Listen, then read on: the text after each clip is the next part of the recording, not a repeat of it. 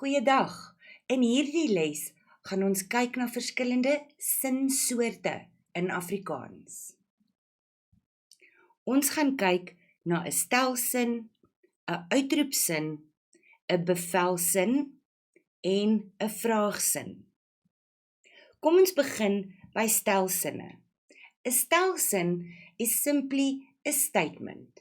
So dit is 'n gewone sin, dit kan in die bedrywende of in die leidende vorm wees.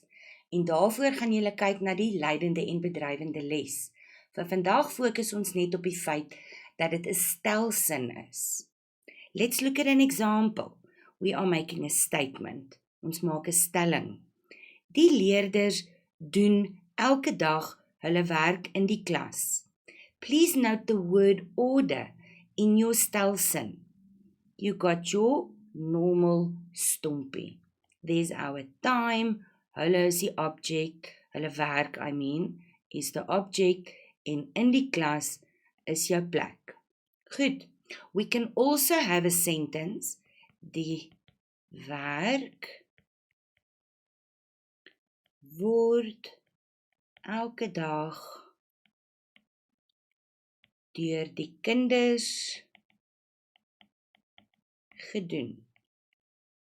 This is just to explain to you that the word order will either start with your subject or your object. There's your verb 1, your time deur for the leidende vorm, object, and verb 2.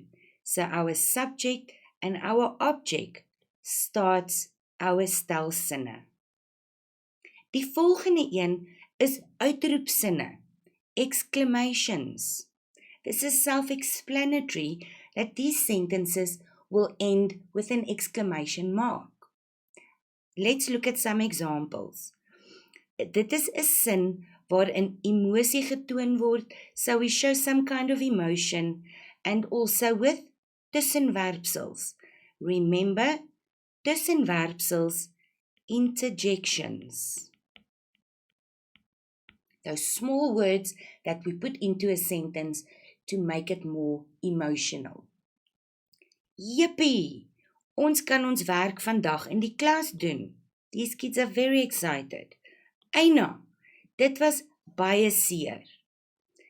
Dit is vakansie.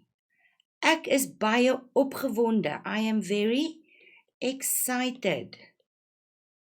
Reg. So dit is dan uitroepsinne. Bevelsinne is an instruction or a command. So 'n sin waarin 'n bevel of 'n instruksie gegee word. And note please that these ones can be written with or without an exclamation mark. When you are giving a command and you're very serious about what you are saying, you are going to use an exclamation mark. Doen nou dadelik julle werk. Reg? However, when you're giving an instruction, you are not that serious about it. You don't really want to press the point, so you're not going to use an exclamation mark. Draai links by die robot. No exclamation mark. What I want you to note for bevelsinne.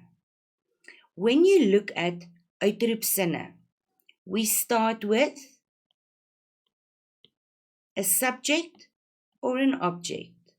Wanneer ons kyk na stelsinne, we said subject or an object.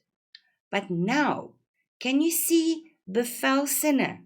What do they start with?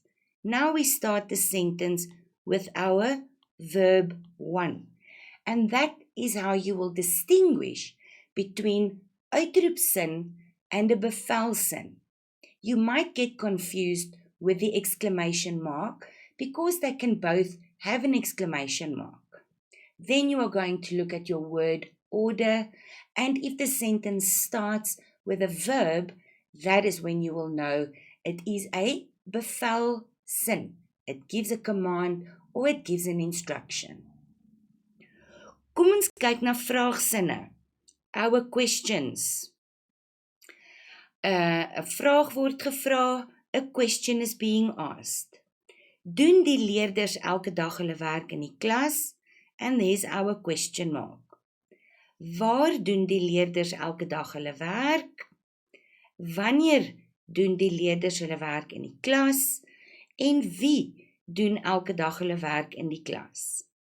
So these are the different ways that we can structure a question. What is important to note here is that your question will always start with one of two things. Firstly, a verb, doen, and then your question mark, or it will start with one of your question words. So it's either a verb or it is a question word. And the question words you have to learn. Let's have a look at them. Waar means where. Wanneer, when. Hoe means how. Hoekom and waarom both mean why.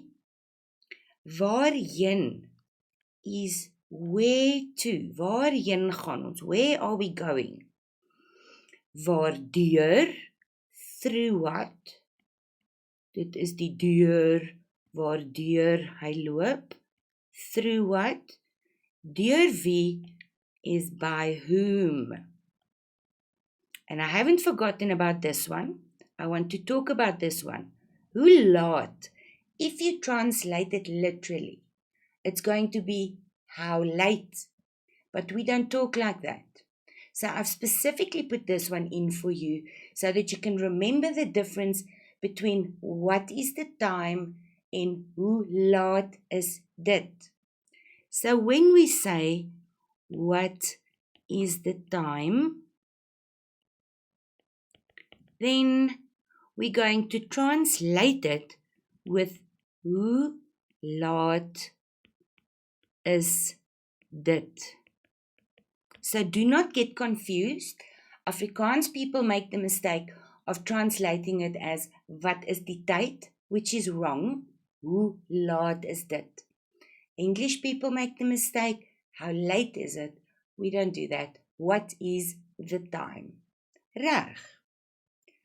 Hoe word vraagsinne in die eksamen gevra?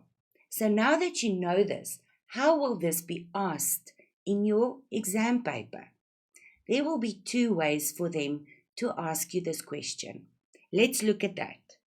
Firstly, the question will say, verander die volgende sin in 'n vraagsin. The only instruction is to make the sentence a question. So you have to remember that your question either starts with a verb or a question word. When the instruction is make it into a question and there is no question word, we're going to start with a verb. So there is our verb groei, and the answer will then be groei die blomme in die tuin.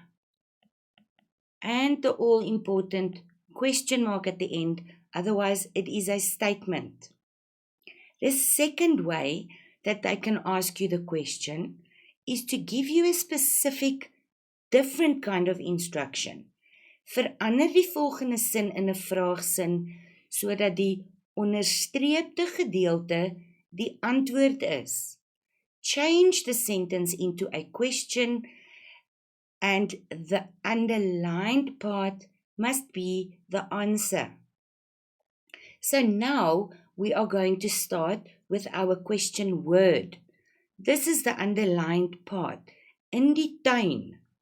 That is the place. So the question that we ask is, where?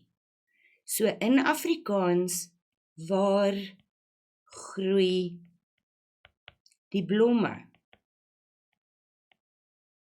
And can you see, if you ask the question, waar groei die blomme, the underlined part in die tuin is the answer to your question. If they underline die blomme, This is the subject in the sentence. So the question we ask is what? So in Afrikaans, wat groei in die tuin? And I'm just reiterating, do not forget your question mark, otherwise it is a statement. So it is very important that you remember the different ways that I can ask you to put a sentence into a question. You're either going to start with a verb or you are going to start with a question word. Thank you. Ek sien julle volgende keer.